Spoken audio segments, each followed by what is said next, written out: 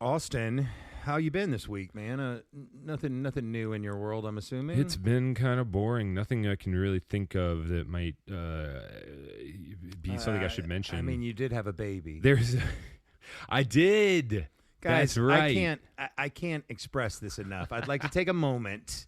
You know, we talked about this. I also want everybody to know we talked about this off the air as to whether or not Austin felt comfortable divulging this personal side of his life, and of course he did. And I want to be the first person to announce to our listenership, our constant listeners who we love so much, all 10 of you, all tens of you. Austin and our beloved Meg, Austin's wife, have had the most adorable little dishwasher that I have ever seen. Dude, I got to tell you something. You know, I was all prepared with Elaine memes from Seinfeld about the breathtaking baby, and I think you even said to your wife, "That is a breathtaking baby."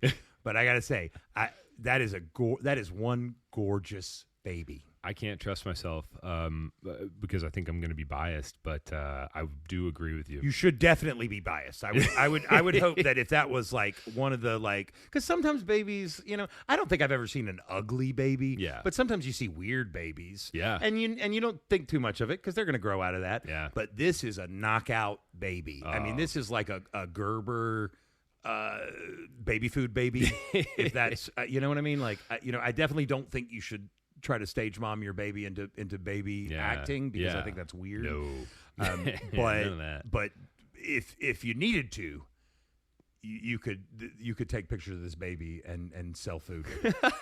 Man, yeah, she's pretty. She's a pretty looking baby. What's her? Tell our listeners what her name is. Wilder Southern Sims. Wilder Southern Sims. Name, yeah. Her mother's maiden name is her middle name. So it's Southern, right? Yeah, which is super neat because it does sound like a generated name. But and isn't Wilder a family name as well?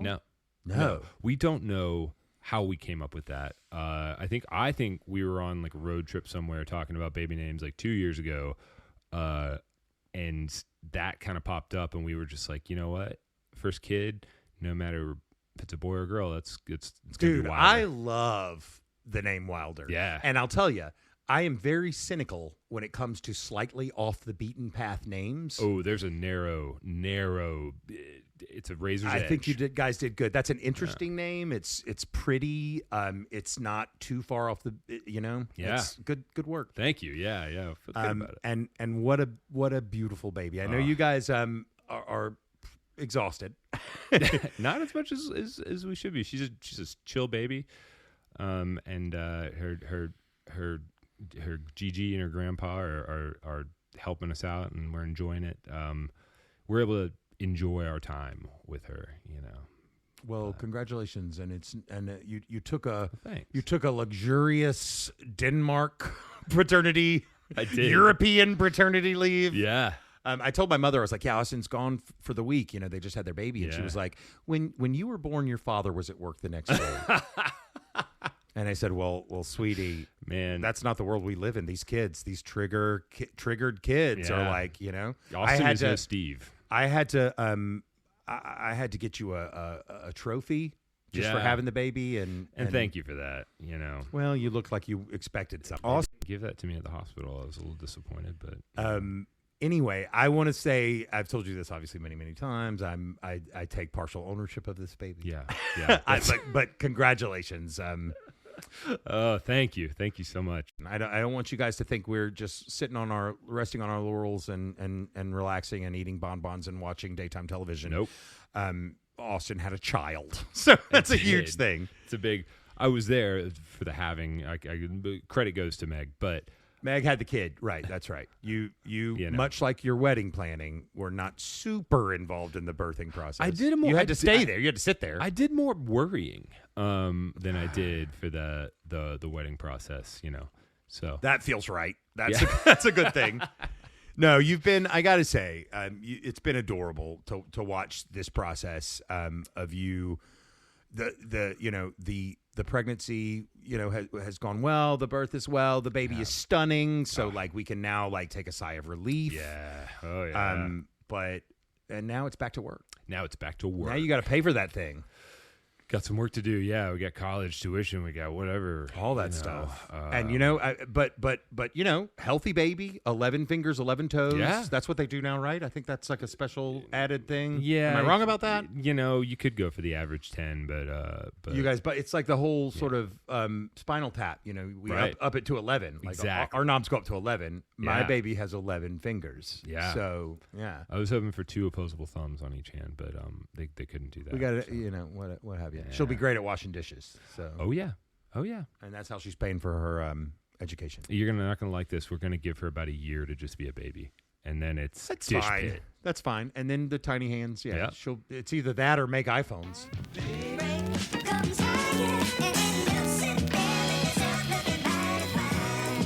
I'm Scott, I'm Austin. and you're listening to Everybody Raved. The Southern Bride's Wedding Guide.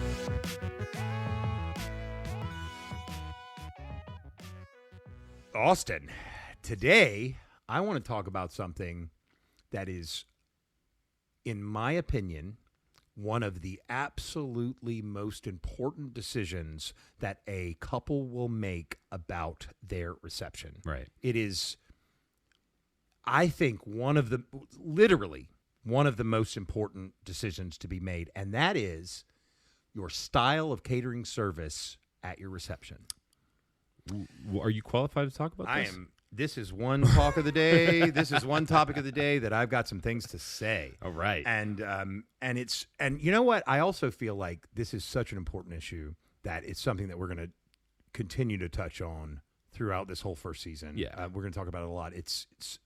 It literally sets the tone for everything. Yeah. And I'm going to start by explaining what I mean by catering styles of service. So, your reception, you are feeding your guests for 99.9% of the time, you are feeding your guests a meal. Right. And sometimes more than a meal. Yeah. Or at least a meal's worth of food, at least that section Right. of the day's worth of eating. Yeah. And there's a few ways that people go about it. Mm-hmm. So there is, of course, heavy hors d'oeuvres. Yeah.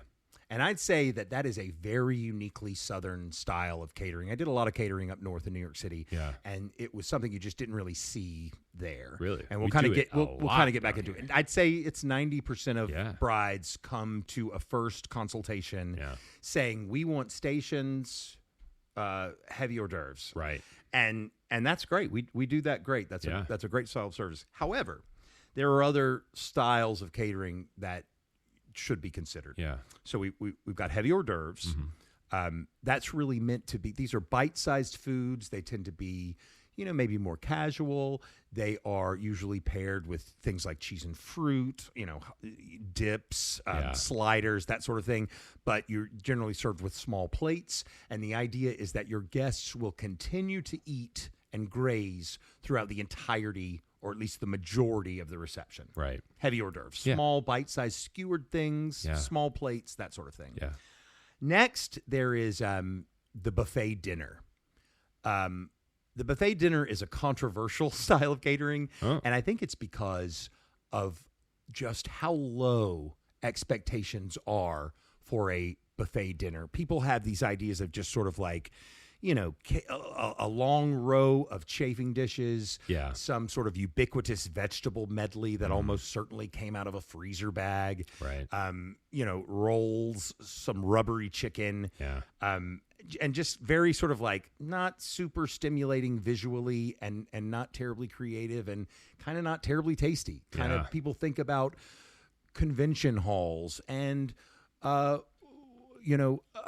lobbies when they think about buffet dinners. Right. I'm a big fan of the buffet dinner. I think a lot of that has to do with our catering company, Scott Hall Catering. Yeah. And what we bring a great deal of visual interest, Yeah. as well as a real devotion to the mechanics and technique of cooking.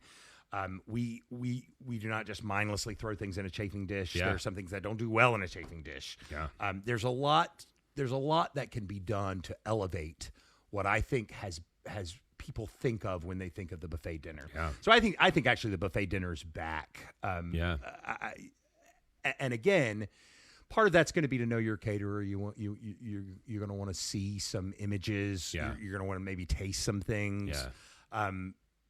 But I am fully aware of the connotation of the buffet dinner, and it's not great. Right. It's like Golden Corral kind of shares the same name. Exactly. You know.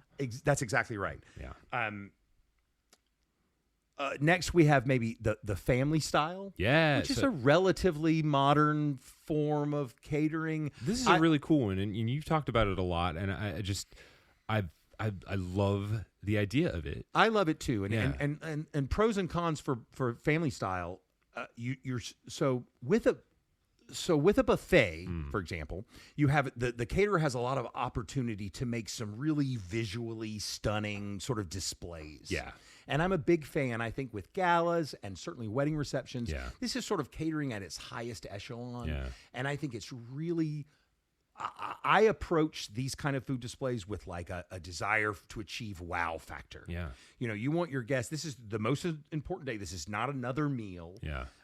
You want your guests to immediately be taken by the luxury and the beauty and the aesthetics of this buffet before they take their first bite of food. Yeah. They need to see it and say, wow. Yeah. You know, that to me is catering. Certainly that's wedding catering, reception catering. So with a buffet, in the same way that with heavy hors d'oeuvres or stations, the caterer has a lot of opportunity to make some really stunning visually impactful displays that at once make sense. Mm-hmm. They are easy for guests to interact with, and they're stunning. Yeah. So you get that with a buffet. So with a family style meal, the caterer still has the opportunity to make stunning displays. They're just done on platters that are brought to each individual table. So generally we're talking about a table being maybe 8 guests, maybe it's a 60-inch round. Yeah. You can also do long sort of beer garden style seating where each section of the table will receive a designed platter for that course. Mm-hmm. And sometimes there are hybrids in a family style meal where maybe everyone is sitting down to a plated salad or an amuse-bouche, like a small bite that they're sort of sitting down that kind of starts the precedent of the meal. Yeah. And then that's generally followed by platters of coursed out food. So maybe like a platter of salads, maybe a platter of sides, and then you've got protein platters coming. You can break that up into any number of courses to have it be an incredibly complex dining experience or something a little quicker and a little faster. Yeah. So that's family style. Yeah. Basically, waiters serving platters of food to an entire table that then shares that platter. Yeah. That's another thing to consider. Those guests are sort of working together to disseminate that food amongst themselves. So there's pros and cons to come to that. Yeah. It's a little more work for the guests. Yeah. However, they're able to interact together. It's very lively. I think it's a beautiful icebreaker. It's a great Even icebreaker. if a little like uncomfortable. You're sitting maybe at a table with some relatives you haven't seen in a while, or some people you just don't know. What better way to start a conversation? Get that ball rolling. Past the salt and vinegar deep fried Brussels sprouts. That's exactly right. And then our next style of service is the plated and coursed meal. So the plated and coursed meal is probably, I would say, certainly the most formal of these styles of service that I'm referencing. Yeah. Certainly, it's the most formal. It also tends to be,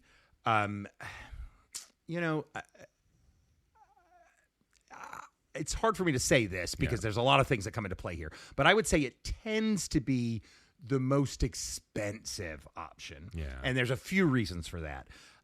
It's going to require a pretty robust staff. Yeah. You're going to need a large staff in order to assemble the plates and then disseminate them amongst your guests. Yeah. Because, with a plated meal, you run the risk of service taking too long. Okay. Yeah. So you're going to need a fairly large wait staff to get all that food out to all your guests. Yeah. So it is also. Whereas with a lot of the other styles of service, you can get away with a high-end disposable or a bamboo plate or a high-end plastic plate. Mm-hmm. You really can't do that with a plated meal. Yeah. Just by the nature of the formality, I feel like you really do need to use rented china, silver, and glassware. Yeah. And you're probably going to have multiple courses. So in addition to a larger staff, you're definitely going to require rentals like plateware, flatware, glassware, and that adds up as well. And that also requires extra staff to wrangle that, those rentals. Yeah. So that's plated and served. Some of the great things about plated and served, you can really, your caterer can really provide a luxurious plating. Do you know what I mean? Like a really beautiful, plating that really fits your style of service. Yeah. A big con with plated food is going to be options for the guest. So I know when we offer a plated menu, it is an option that you can have your guests order from a menu ahead of time. Yeah. Like maybe the save the date comes with a little like circle which one of these entrees you'd like. That's fine. Yeah. But, people change their mind, and then also people see other items, and you really are pretty much restricted to the item that you've pre-ordered. Right. And most of the time, there's not even a choice. Everyone has the same entree. Yeah. Now, one thing that we always include with our plated menus is we always have a default gluten-free /vegan option. Yeah. And we even allow for guests in the moment to, regardless of whether they pre-ordered that, to say that in the moment. You got a couple on hand. So we always have the ability to serve that sort of alternative dish, but in order for you to have like a selection of 3, I mean, that sort of dramatically increases the budget. Yeah. And then I guess finally what we have are sort of hybrids of those 4 main options. Yeah. And so that actually is my favorite way to do it. So my current favorite style is a really beautiful, lush, elegant buffet dinner that is following a cocktail hour where we've maybe had a beautiful, stunning cheese fruit crudité, as well as maybe passing, some past items, some bite-sized past hors d'oeuvres. Obviously a cocktail hour is all but ubiquitous at this point in the game. I'd say almost 80% of weddings now, of receptions that I cater, have a cocktail hour for good reason. That's the time when your bridal party is doing that photography that really can only be done at that point. Yeah. Even with a first look, there's still going to be photography that has to happen because you've got the whole bridal party there. Yeah. And then you also just want to have some post-ceremony photography. It's going to happen. Yeah. So during that time, it's really great to allow your guests to have access to a bar, to kind of get those first bits of business out of the way before they all attend as a group to the announcements and the introduction of the bridal party, and most importantly, the couple of the day. Yeah. Something to really consider, though, and I kind of see this. So here in the South, I'd say, we mentioned this before, I would say that heavy hors d'oeuvres is king. It certainly has been for the last 20 years. Yeah. We're talking about skewers, stuffed mushrooms, crab cakes, bite-sized things. You have a small plate. You're encouraged to go back and continue to nibble throughout the entirety of the night. Yeah. But there's never a moment truly in heavy hors d'oeuvres where you are required to have a place setting, have a seat for every single person in your every single member of your guests. You generally, what we tell people for heavy hors d'oeuvres is you're looking to seat about maybe 3/4. Yeah. And some people aren't going to eat when everybody else eats. Some people are going to eat and walk around. Some people are going to find ambient seating in the venue and just kind of chat. Maybe they're going to sit outside. Maybe they're going to sit inside, and that works fine. Yeah. With the other 3 styles of service, plated, family, and buffet, everyone is going to eat at one time. So there isn't. So you're going to either get your plate of food from the buffet, or you're going to sit down and wait to be served. But it is required that everybody has a seat. And you also need to think about spacing. So for example, generally, people are seated at a 60-inch round. Traditionally, You seat 8 people at a 60-inch round. That's a nice, luxurious amount of space. For heavy hors d'oeuvres, you can get away with seating 9, sometimes even 10 people at a 60-inch round, because you don't have this complex sort of display of cutlery, chargers, and glasses in front of you. Yeah. Instead, you're getting rotating. small plates, and you're continuing to eat. Yeah. So one thing that may determine which choice of catering you go for is your venue, the size of your venue, where you're going to be eating, the number of tables. Is it the same place that you're going to be having the dance party later? Are you wanting to break tables after people have dinner? Are you going to want to then clear out some tables to make room for dancing? Or do you want it to just be something that seamlessly happens? So that's something to consider. Are you prepared to seat everyone simultaneously for a meal period? Yeah. And if you are, then that opens up family style plated and buffet dinner. Yeah. One thing that is kind of a pet peeve of mine, and I see it all the time, is intricate table settings. So what I mean by that is your planner or your decorator has, there's probably chargers laid at every position. Yeah. There could be, silverware laid out, cloth napkins, a series of glasses. But I would even consider just a charger to be enough of a place setting, a formal place setting, to where you need to follow through with that. And what I mean by that is, with dining etiquette, a charger, and certainly laid out silverware, is there to inform the guest that a meal is coming. Yeah. A plate is coming to be placed in front of you and laid on that charger. That's the purpose of a charger. Yeah. It is to secure that space in front of your guest for the impending arrival of a served plate. Right. And I feel very strongly about this. It's not just decorative. It's not decorative. Right. And when you're doing heavy hors d'oeuvres or stations, where you have small stations and small plates where you're again meant to kind of go up there and maybe get more than one plate at a time and then continue to get plates, a charger is not appropriate. Right. And that is a controversial statement, because I would say that bridegrooms, couples, they look on Pinterest. Yeah. They see these intricately laid out table settings, and they're like, I want that drama, I want that glam. And I get it. It's its own look. It's a cool thing. However, you are telling your guests that a meal is going to be served to you at some point when you have that setup for them. Right. I do it all the time with heavy hors d'oeuvres. I don't love it, but it's one of these things that's often dropped on me. Oh, by the way, there are intricate table settings. And it's one of those things that if you want to be absolutely correct about it, then your table settings inform the style of service. Right. So if you've just got small plates and little stations that guests are continuing to consume from all night, you should not have chargers. Yeah. For one reason, it makes it difficult for the guests to oftentimes guests will get 2 small plates, or they'll get maybe a plate from here, maybe a paper boat or a bamboo boat of another thing over here, and then they return to their desk and their seat, and they've got this sort of charger there that's they're having to kind of put all this stuff. The tables get sort of gummed up. Oh yeah. It's not a good look, and it opens itself up to having a messy eating area.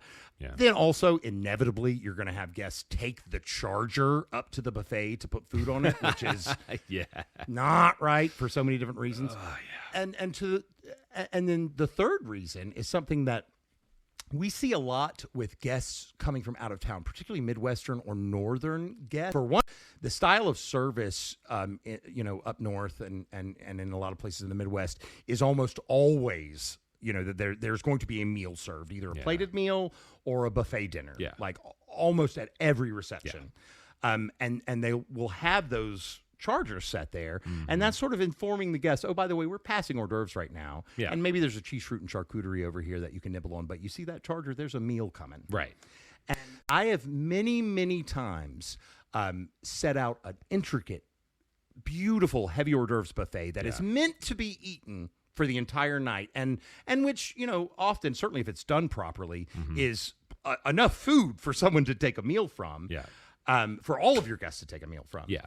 But I've set up these stunning buffets and stations, and then inevitably had a guest say, "Oh, well, when is dinner being served? I don't want to eat too much because I want to make sure I've got room for dinner." And then we have that because she's looking at a 4-course place setting at her table because the couple saw it on Pinterest, it looked great, and they're like, well, we don't know, we want stations, but we want the tables to look like this. Now, That's a mistake. What place settings, if any, would you advise for? So for heavy hors d'oeuvres, yeah. I would advise to have empty tables. Totally I think empty. that the stations that you're going to will provide the appropriate implements and plateware needed to consume whatever item that station is preparing. Right. So maybe you're going to a station that has cold sesame noodles with braised pulled pork. And maybe you're going to get this cute, stylized, and personalized, Chinese takeout box with chopsticks in it, and maybe So when you walk away from that station, you have everything that you need to consume that food item. Right. That's how heavy hors d'oeuvres should work. Yeah. Having a fully integrated setting at each place is just going to confuse your guests. Yeah. In addition to looking messy after people get their plates and sit down to it, Yeah. there are going to be guests that are wondering, oh, so I guess a meal is coming. Right. And you don't want that. You want your guests to know what's going to happen. You want them to be prepared. You want them to get the food that they need to get and not be thinking, is food coming? Am I going to be disappointed? Et cetera, et cetera. So it's very important that when you do decide on your style of catering, which should be pretty early on in the planning process, that will inform so many things. Your number of guest seating, your table layout, even your venue. If you've got 180 guests and you are absolutely dead set on having a plated and served coursed meal, then your venue, you need to know that your venue is capable of seating that many guests. And also you need to know that they've got a kitchen facility that's large enough to. Now, a good caterer can make pretty much anything work. I've had to do some pretty astounding feats in walk-in closets and so a good caterer is going to be able to make it work. Yeah. But we're caterers. We don't run wizard schools, so we are at the whim of spatial and temperature kind of issues, electrical issues. Yeah. So you want to make sure and the vast majority of venues that are applicable venues here in Columbia, and really any venue, is going to have something that could be made to work. But a seating capacity is not always seating capacity is not one of those things. Now, either that venue can seat 180 guests in the same space simultaneously, or they can't. And capacity of a venue and seating capacity are two different things. That's exactly right. That's exactly right. And if you intend on having a dance area, I strongly dissuade people from doing something which is common, and sometimes it can work and sometimes it's not that big of a deal, where tables have to be broken or chairs are moved after the ceremony to be reset for the reception, or tables are added and then taken away for the dancing period. That's not the end of the world, and it's a concession that could be okay under certain situations. You're in love with this venue, and you can fit your guests all for dinner, but then you don't have a dance floor, so you're gonna break 6 tables at the end of. That's not the end of the world, right? It needs to be thought through and coordinated. But you need to think about it, and then that's exactly right. You need to put the resources towards it. You need to have people assigned to move those tables. In the end, I guess what I'm getting at is there are some just really distinct pros and cons for each one of those styles of service. I got a question going back to family style.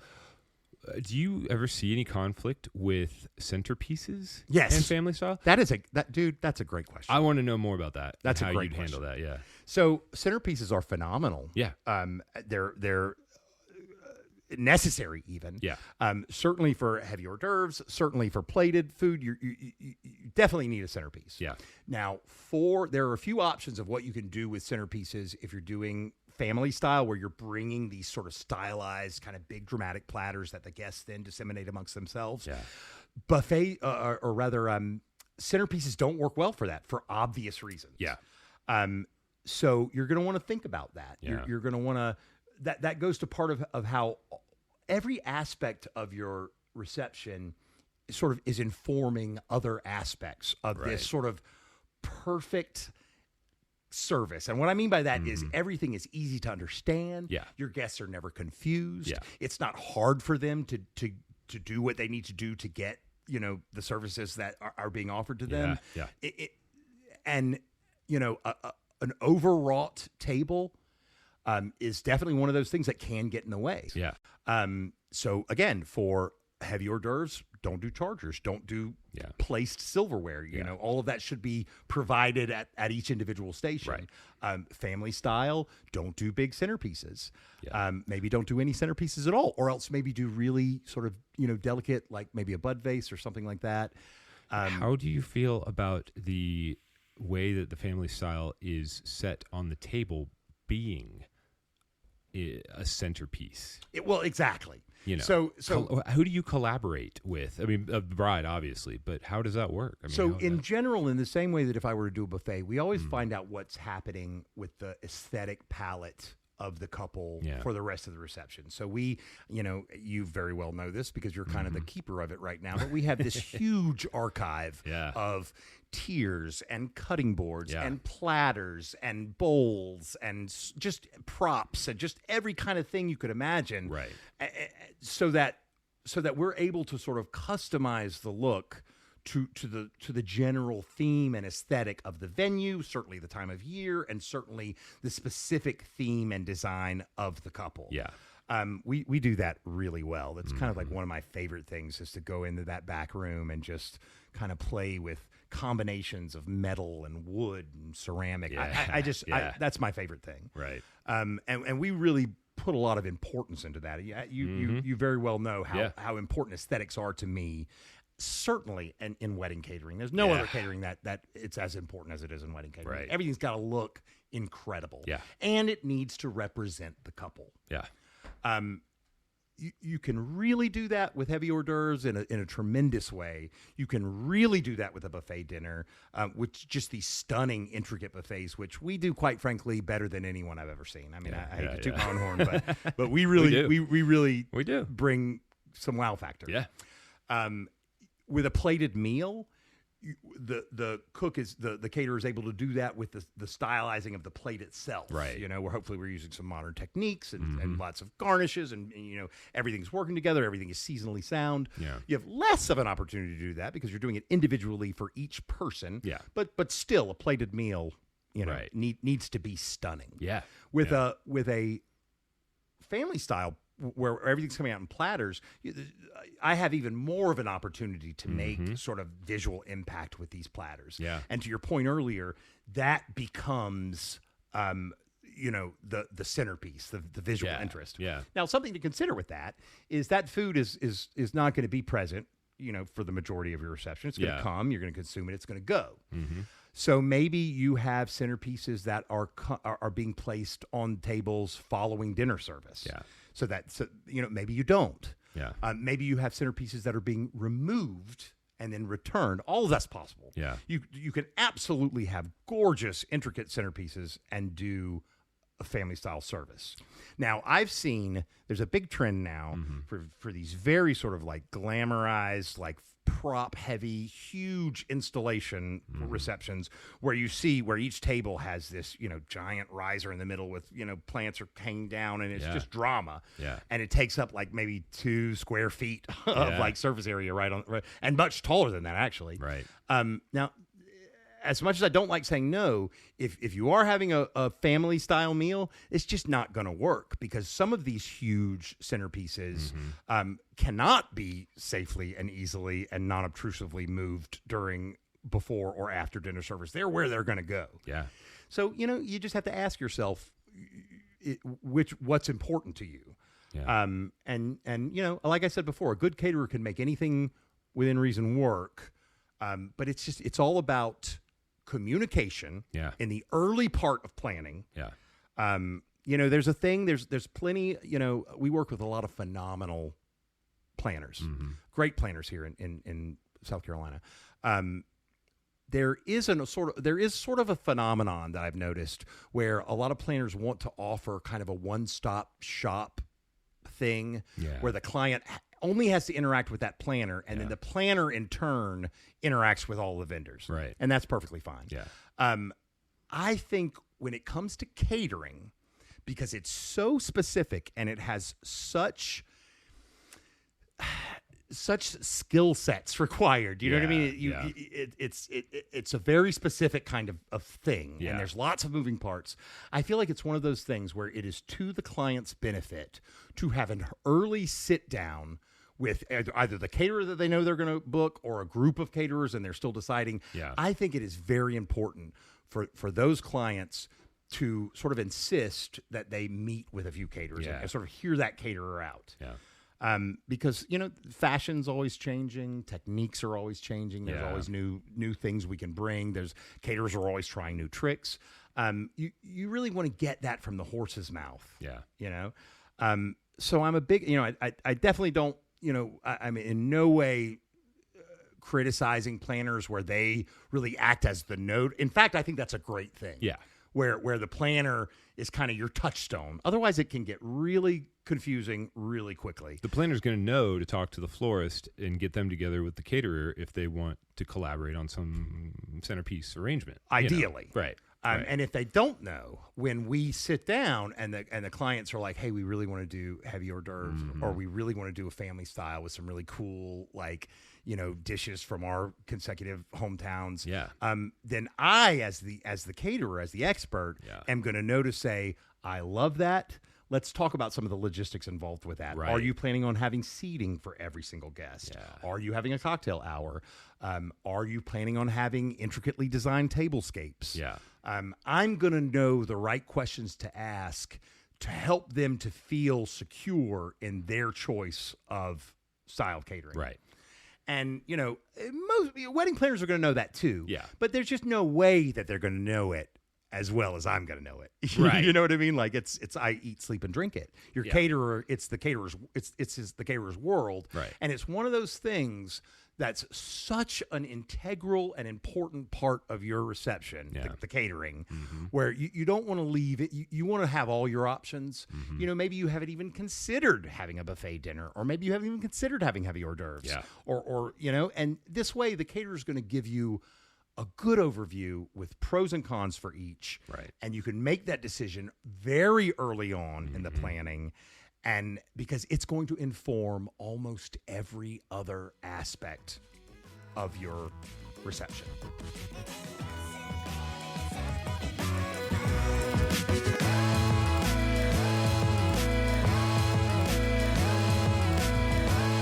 So I know that was a lot. I feel like I just had a baby, only I still have disposable income and the ability to sleep at night.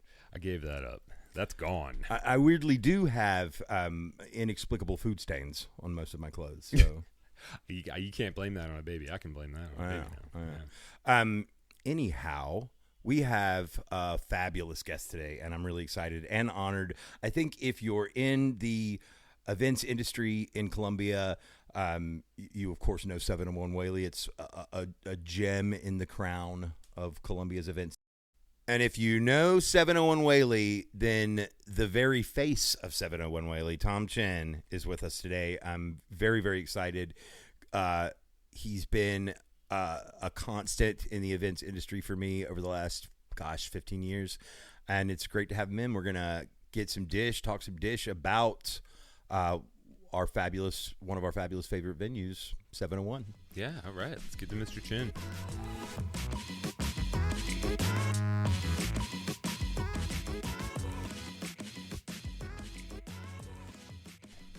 Oh my gosh. Okay, so we are here with Tom Chen of 701 Whaley. I got to say, I remember I was kind of just getting started out in Columbia, like maybe a month or two when I started hearing about 701 Whaley opening up. And so in a lot of ways, the growth of 701 Whaley has happened alongside of my company's growth. You guys make a little bit more money than I do, I think, but that's okay. We probably owe more too. Can you tell me how long have you been involved with 701 Whaley? I seem to remember you there from the very start, right?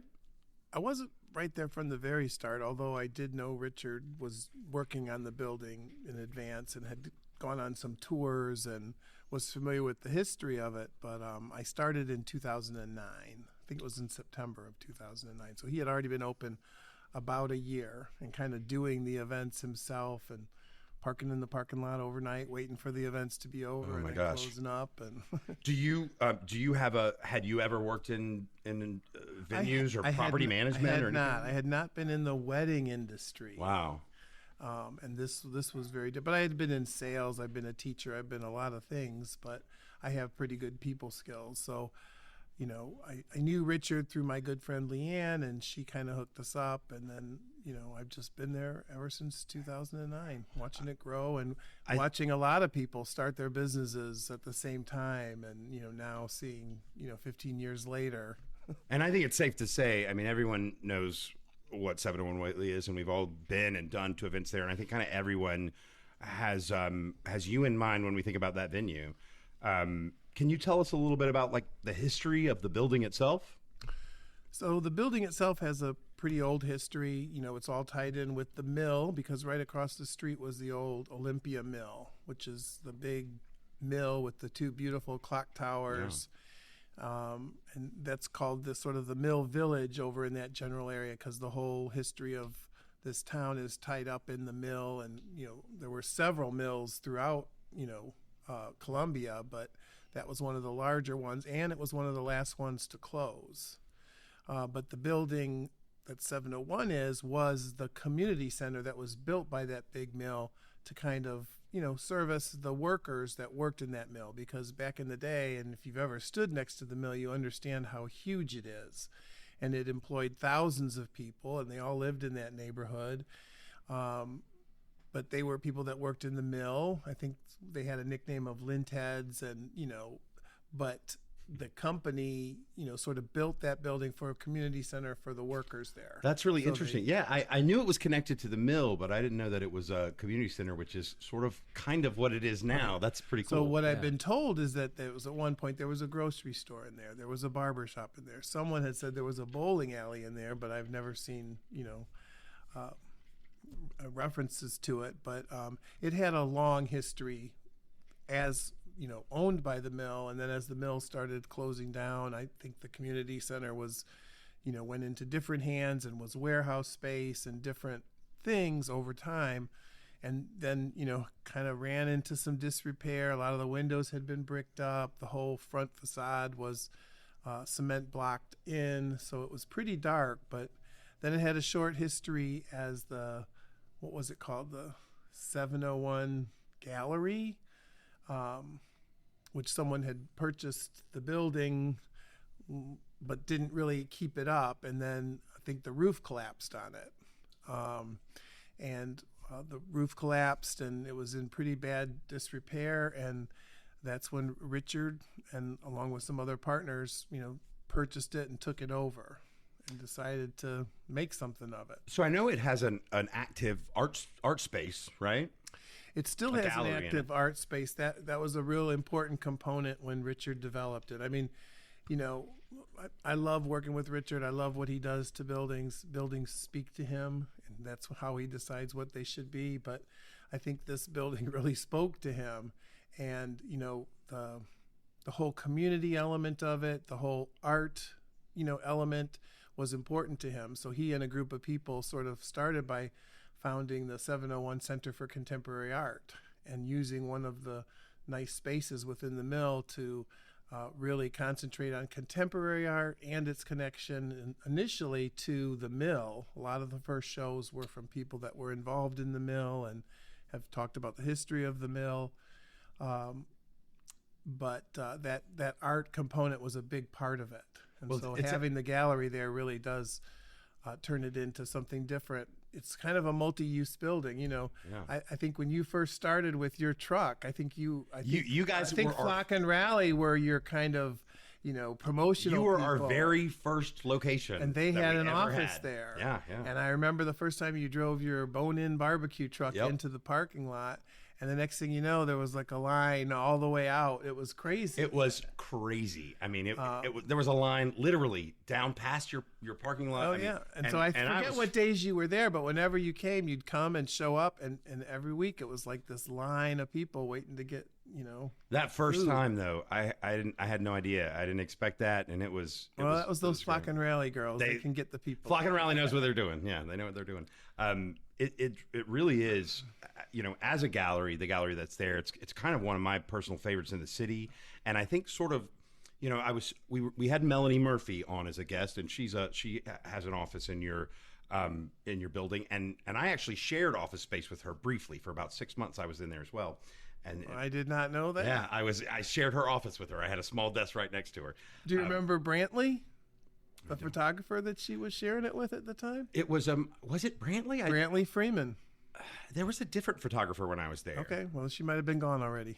Yeah, it was a guy. It was just before Josh and Aaron moved into that space. It was Clark Berry. That's it, Clark Berry, and I know Clark Berry. He's gonna be mad when he hears this. That's right.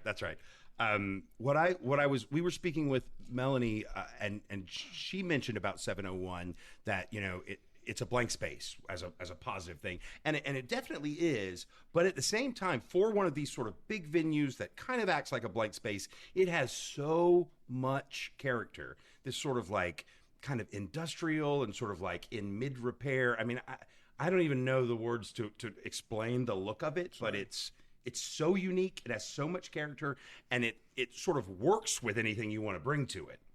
Sure. Well, I mean, I think what makes 701 special is, a lot of venues, they're a venue, and when they're having an event, there's people there, but when they're not having an event, there's nobody there. Right. Well, 701, we have an art gallery, we have a hair salon, we have a skin studio. In the past, we've had, Melanie's had her office there. So there's a certain energy to it all the time, not just on days when we're having an event. But that's kind of what gives it its flavor that's different than a lot of event venues that when they're not in use for an event, there's not a lot of action. Yeah. Well, there's a lot of action at 701 all the time. There's also 5 live work units there that have been really unique over time. We've had people that have lived in them. We had one professor from the university that was there for almost 9 years. Wow. And so that brought a different flavor. The conservation voters of South Carolina took up one of the corner sets of offices, and that brought in, a whole good energy. They have their green tie luncheon every year. Oh, yeah. We're lucky enough to have been able to do that luncheon. I think we're for maybe lucky the enough past to have eight had Ann years. Timberlake in our life because We love she Ann. was We she love was Ann. a force, and so that was kind of unique. The art gallery brings people in. So there's an energy to our space that's unique. And then there's a size to our grand hall that's unique and really at the time fit a size niche that was missing. I think And other at the than time, not everyone was a venue, but now it's like there's venues opening left and right. I think other than the convention center, is there a larger space than your grand hall? Well, probably like the alumni center might have more space overall, but that's a whole different feel. Absolutely. So we do have multiple rooms. We have the Grand Hall, we have the Granby room, we have the Olympia room on the second floor, we have the Market, which is kind of a separate building that has its own flavor, and then about 2 years ago we opened up the pool, Which is a so whole nother fantastic. part of the history of the building, but the pool is a nice space too.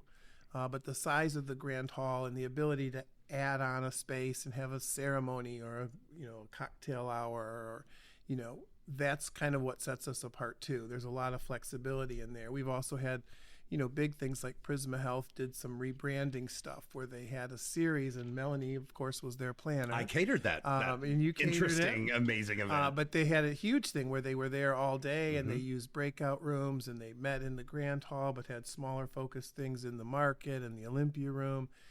So it's very flexible. I mean, but also the spaces have a history and a feel that is not corporate. It's not a hotel. It's different. That's absolutely right. Cement floors or wood floors, but there's just a lot of character in that building, and you can't build character like that anymore. The size of the windows is crazy, and when the light comes in, it's just beautiful, and it's all very neutral too. So I think for brides, they can make it what they want. It takes color, it takes different layouts, the focal points that people decide to bring in, whether it's floral or whatever, really show off well in there. I mean, I have seen and been to events that are mainstays of Columbia now. The Bourbon Festival, I think, is an event the Whiskey like that. Fair. The Whiskey Fair, that's right. Yep. So the Green Tie Luncheon, of course. I mean, it's so many. I think that I actually think. Now, I know there's places like the Museum of Art, but that sort of has its own sort of vibe. I think that 701 Whaley is such a when you think about events in Columbia, when I do, I think about 701 Whaley. Yeah, I do too. I mean, and I think because I remember when Soda City kind of used to be there, and there's still like that semi-outdoor space is each one of the four kind of venues within this venue are so. Each have their own characteristics, and yet they all kind of work together in this. And I just think it's such a mainstay in Columbia. I think it's so neat that it used to be a community center, and it doesn't feel like a venue that you rent out for events. It feels like a community center, Yeah. Well, that's nice to hear. That's I think it is what sets us apart. And over the years, we've had so many people. We've been fortunate. Free Times has done their best of there a couple of times, and they were wild and crazy. Free Times Taco Tuesday's been there a couple of times, So we're only as good as the people that want to use the space, because that's who makes the event. But again, it goes back to the size, the location. It's easy. People understand where it is. Real easy access to 26, to 77, to be in downtown. To be in downtown and actually have parking is a great feature of 701 Whaley. I mean, everyone complains about something, and everyone's going to complain about parking, but we do have a lot of parking. Yeah, more than anybody else downtown. I'll tell you that. I mean, I'm from Chicago. I mean, you drove around the block 6 or 7 times sometimes before you found a place, and then you were maybe parked 6 blocks from where your apartment was. Right. But here, we have plenty of parking, but everyone wants to be right in that first space that's right next to the door. Well, when you have 100, 150, 200 people, the parking is going to be different than when you're coming during the day and, there's, nobody there. So, but there is a lot of parking around us. So that's, something that helps us as well. So you mentioned 200-300 people. What is, so that huge grand kind of your showcase hall, how many people, what size event can that hold? Well, again, the size of the event depends on how it's set up. Like a seated dinner is very different than a cocktail. Right. If you want to do a presentation with a stage and a thing, then it's going to be a different, number. But, for weddings, we've had up to 600. Wow. Where they rented the Grand Hall and the Granby Room, but did it more cocktail style. Mm-hmm. But we have a lot of seated dinners in there for 250, 350. Conservation Voters has had as many as 400, and they do a great job and you do that too. I get to do that event. Because they have a buffet. Everyone's sitting at one time. There's beautiful tables. To see that room sort of wall to wall, end to end with stunning set tables is really, it's a beautiful sight. They've it's a gotten stunning really room. good, and that's the other thing, the importance of having people that come back again and again. Yeah. Because when you use the same event, you start to learn things, and how it works. And the Conservation Voters have gotten so good about getting those people in. The buffet is set up in the Granby Room, so people come in. They use the market for kind of a mixer beforehand and have a signature drink, and people go in and find that their event tables. is a well-oiled machine. And then they send those people through those 3 buffet lines, and then they go sit down, and then the presentation starts. I mean, they got it down. Austin, I think you did that event with me for the first time this year. I did. And it's days of like kind of stress and work. And I kept telling Austin, I was like, this is a rough event. Like everything happens in like a 15-minute, maybe 20-minute window. Makes it very unusual, very unique for food service. We've got days of food prep. We're in there early in the morning setting up these 3 giant double-sided buffets, and then the guests come and they come all at once, and then it's over in the blink of an eye. And I remember after it happened, Austin was like, Well, that wasn't so bad. He's like, is it over? I was like, yes, it wasn't so bad. Well, that's because only- we know how to do it now. Right. 20 minutes. Then after that, when the people leave, then the tables have to be cleared and the glasses. But they have really gotten it down to a science, and we love having them. It's a great event. We love to be a part of that as well.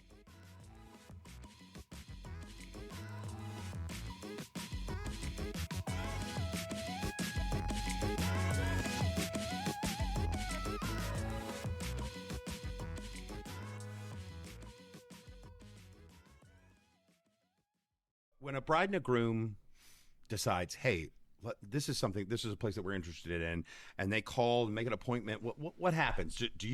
Is it you that generally meets with them and kind of walks them through? As a general rule, yes. I know I am the face of it because I take all the phone calls and take all the emails, but I have an office manager, Leanne Cornegay, kind of helps us with our social media stuff and keeping us hooked in. I gotta take a moment to give a shout out to Leanne Cornegay. She's one of my favorite Colombians, and She's a collaborator. I adore her. She makes amazing stuff happen, and she just has some of the best energy. And so I've she's ever. been involved. She was the one that did the initial film that Richard used to sort of peddle the idea of turning that back into something. And, that film that she made about the history of the mill was really key to, getting the excitement going and, Richard being able to, follow through and get the building done. And people still love the video, and every once in a while it plays on public television. So, she's been with the building forever. We love And, Leanne. I can't even tell you how many people I have met over the years from being there, the different tenants, the different events.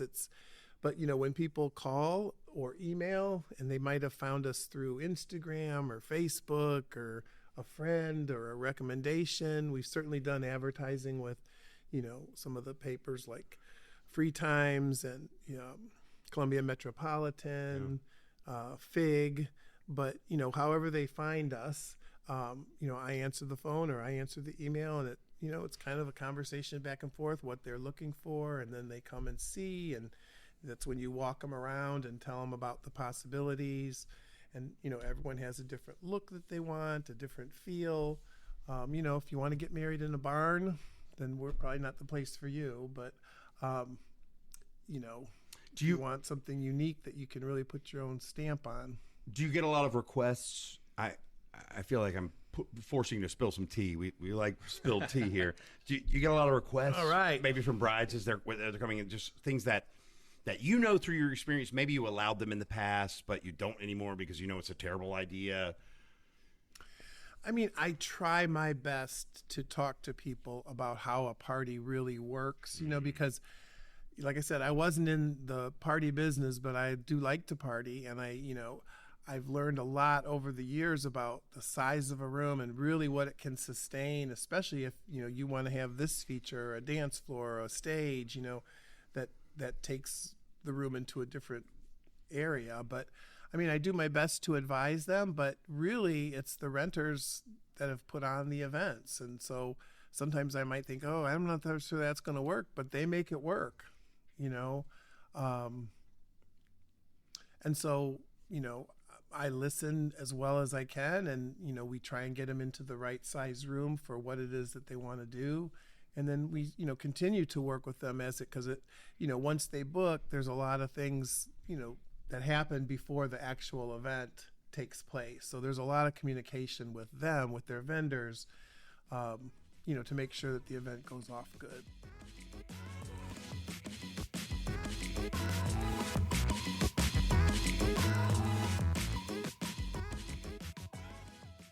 I always say, get yourself a planner, because as you know, a party, has a life, a beginning, a middle, and an end.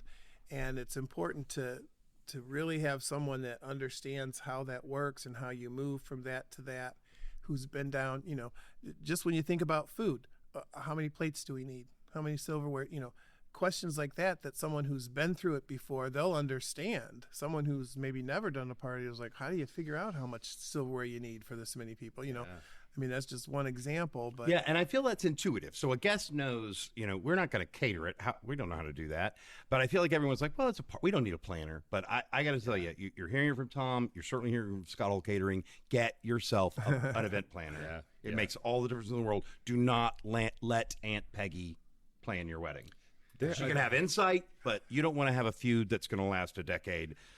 Don't let Peggy do your wedding. Yeah, I think the events industry has a couple examples, but I think wedding planning is the biggest example of that. It's a lot of people just thinking, I don't think, is this a ruse? Do I need to pay money for this service? And it's just, It's not a ruse. it is. Right. It makes a huge difference. Well, planners can have relationships with other vendors that can come into play. They know caterers, they know the rental companies, so, and they have a stash of stuff that they already have, and a knowledge of, previous events. So, I definitely, recommend that. But in the end, our renters, make their own decisions as to what they're going to do. Yeah, I'll tell you what. I gotta tell one of my favorite Tom stories, which was the last Tom event that I did with you. And this is an example of I think a venue to a certain degree is only as good as its management, because I was trying to set up uplighting underneath the pool, and and this is my fault, I had not let you know that was my intent to do so. And Tom, and thank goodness, stopped me in time before I sent some of my guys down while there were ladies in dresses. That's right. On the pool. And that would have talk about, like, the party hadn't even started yet, and that would have been a real, that would have ruined my time for sure, but it would have ruined, the client. That would have been terrible. Well, you have access down there for lighting and special Right. effects, because people have had plants down there, candles, rose petals, balloons. That whole bottom of that pool has been filled with balloons. I mean, that's cool. But There's nothing like that. It's not a space where you have guests at. Right. It's really only for setup. And so that's the timing thing, because usually the people who are doing special effects under there get in there first, and then the people who are actually setting up the room get in. Right. So, timing, and timing is everything, because we sometimes have more than one event at a time. There might be something in the pool and something in the market. Are there future plans for continued renovation for new spaces even? Yes, there's plans, because not only is there a old indoor swimming pool, there's a gymnasium. And the gymnasium has really been out of the sight of people's eyes too, because it's behind the pool, and for many years it was a auto parts place. So And the it's public vast. doesn't really even see it from the street. But the pool, we started with the pool, and the pool we created its own lobby for. It has a separate entrance, so you can have an event going in there and something going on in the Grand Hall, and they work very well together. But the pool has also been real popular for a beautiful ceremony, and then going into the Grand Hall for the reception. That's absolutely. Or, tenting. The I haven't thought of courtyard, that, but that's absolutely and right. having part of the event out under the tent and part of the event in the pool. So again, it's flexibility, but when the pool and the gym are there in connection, the gym is beautiful. It's got 30-foot trusses that give you just a great sense of height, a good size, hearkening to the size of the Grand Hall, but then connectivity to the pool, so that's going to be an exciting enormous. next step of ours when it comes out. But just keep posting. We got a timeline. You're timeline. not at liberty to say. But it's an amazing space, just like the pool is. And for so many years, I have certainly heard the allusions to it. And because I worked at 701 and I could go up on the roof, I could look down and see the old pool, which had no roof. Yeah. Wow. But, the eyes of the street, you couldn't see it. And, the building itself, the windows had been blocked up. There was kind of a dirty, grassy area in front of it with a chain link fence. So the public didn't used to be able to go into where the pool and the gym were. It was a working Neil Parts. Well, I've walked through that gym space that you're referring to, and it's shocking. I remember walking through there and being like, how the heck has this been here for the 15 years that I've been in and out of this venue, I mean, it's like the venue over again. It's so big. Right. It wasn't Richard's for a long time. Like I said, it was a working company, and he had it from the 60s on, I think. And then when he passed away, Richard purchased it from his son. And I'm glad he was able to do that, because it really is a complex, and I'm so glad that it's staying as what it was. Right. Yeah.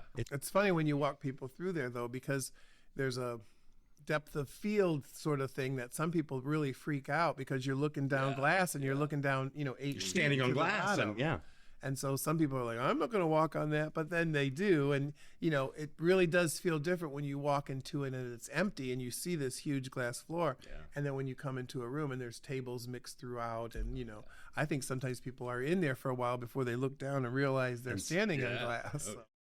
Bride and groom is interested in booking 701 Whaley.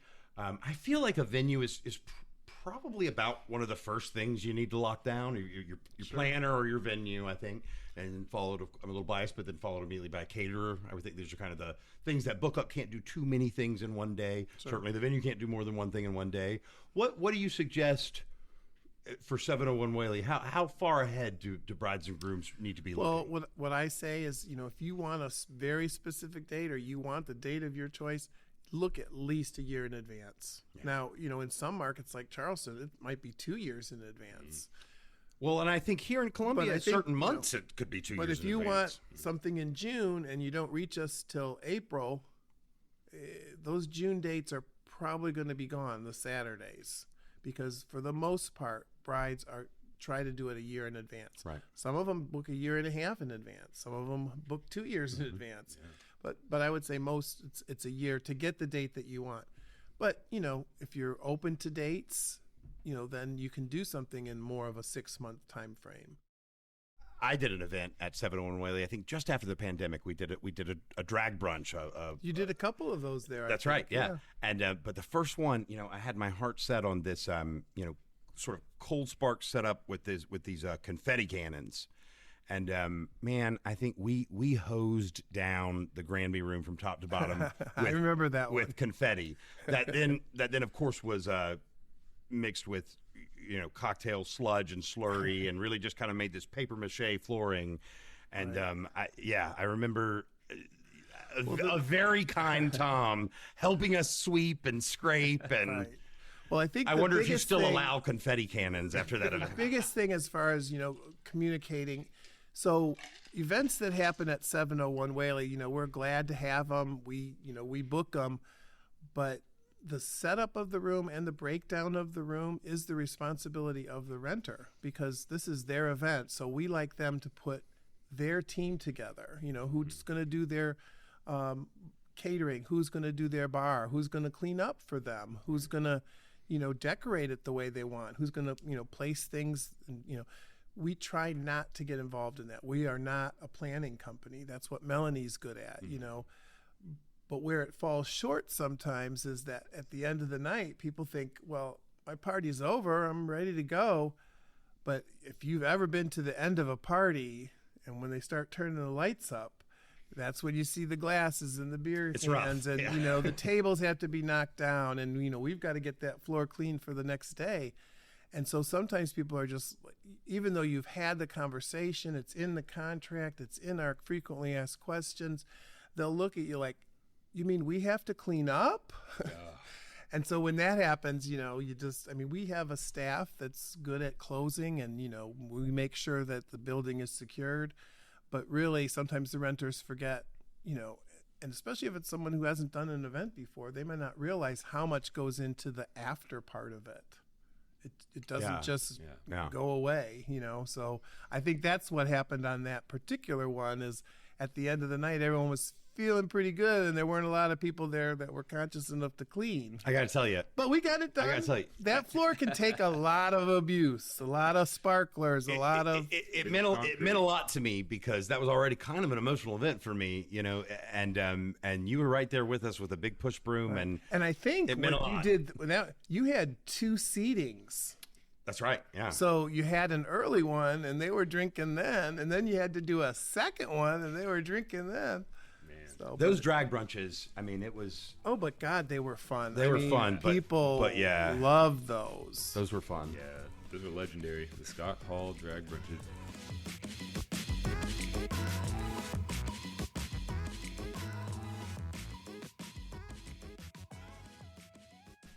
I do feel very fortunate to have been in this position for 15 years because now I kind of feel like I remember when I first started, I was afraid to go home because, the doors. I mean, it's such a public place, but it's just got such a good mojo. And over those past 15 years, the number of people in our industry that I've gotten to know, and the CBA, and and the number of families that I've talked to, the marriages that I've seen happen, the babies that came along. My veterinarian has 2 children now, and came and redid some pictures for ads that we've used.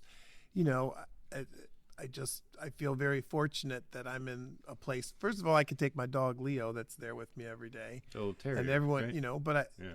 it feels like home to me, and I hope it feels like home to people that are coming there to have such an important event in their life. Yeah. So it's been a great couple years. Well, I know Columbia sure does appreciate it, and we're glad to have had you here today. And thanks so much, Tom. I look forward to years of fabulous, amazing It's events. not going anywhere. That's Wait 7-Eleven. till the gym comes. Oh my on. God, We're going to can't- have a really big party then. I Tom can't even. knows stuff he's not telling us. I really, yeah. Next no time, timeline. No Tom, timeline. Tom, Tom has told me that he's just over the flu. I wasn't able to get a cocktail into Tom. When you come back, you're going to be well. We're going to get a couple cocktails and see if we can't pry some of that info out of you. Thanks so much, buddy. We All appreciate right. it. Take Thanks, care. guys.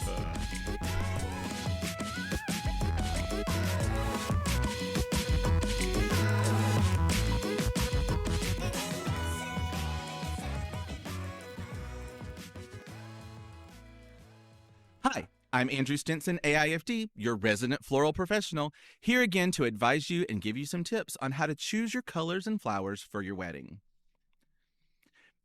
Having a rigid adherence to a color scheme can really lead to monotony.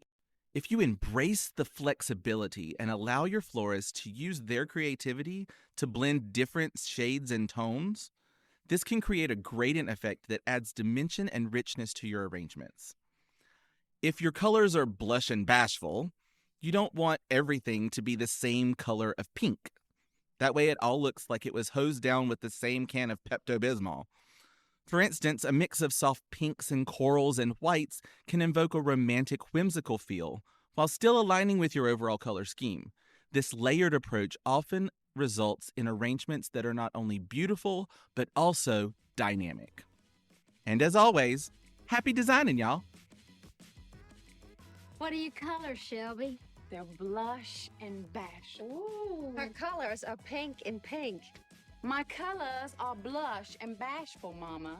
How precious is this wedding gonna get, I ask you? My colors are blush and bashful. I have chosen 2 shades of pink. One is much deeper than the other. But the bridesmaids' dresses, they are really beautiful. Ceremony will be too. The walls are banked with sprays of flowers in my 2 shades of blush and bashful. Pink carpet specially laid out for my service, and pink silk bunting draped over anything that would stand still. That sanctuary looks like it's been hosed down with Pepto-Bismol. I like pink.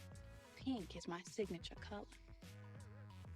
Great show and great to have you back, Austin. It's good to be back, Scott. We want to thank our amazing guests. Tom Chin of 701 Whaley and Andrew Stinson of Was Design Works. And thanks again to our fantastic production assistant, David Vaughn.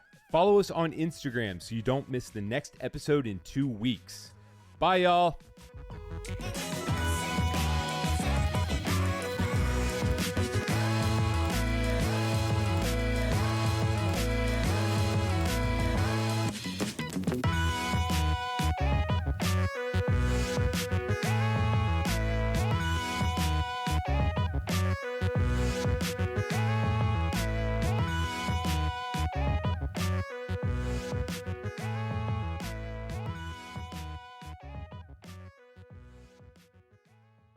If you know 701 Whaley, then you know Tom Chin. Mr. Chin. Tom Chin is the consummate bell ringer. No, that's not good. We're not gonna have to pick that whole thing up because that was good up until the fact that I Quasimodo'd him. What is somebody's stalwart? How should I describe him? And then I'm just gonna go right into it because we're almost there. I want to say he's like the watchtower. He's like the knight in a watchtower. Am I being deliriously over? I'm trying to help you think here. All right, here we go. And if you know 701 Whaley, then you certainly know Tom Chin. He is the lamp in the night. He what? You know, fuck! I was sure something was just gonna spill out. you could have sold it. Honestly, I don't know.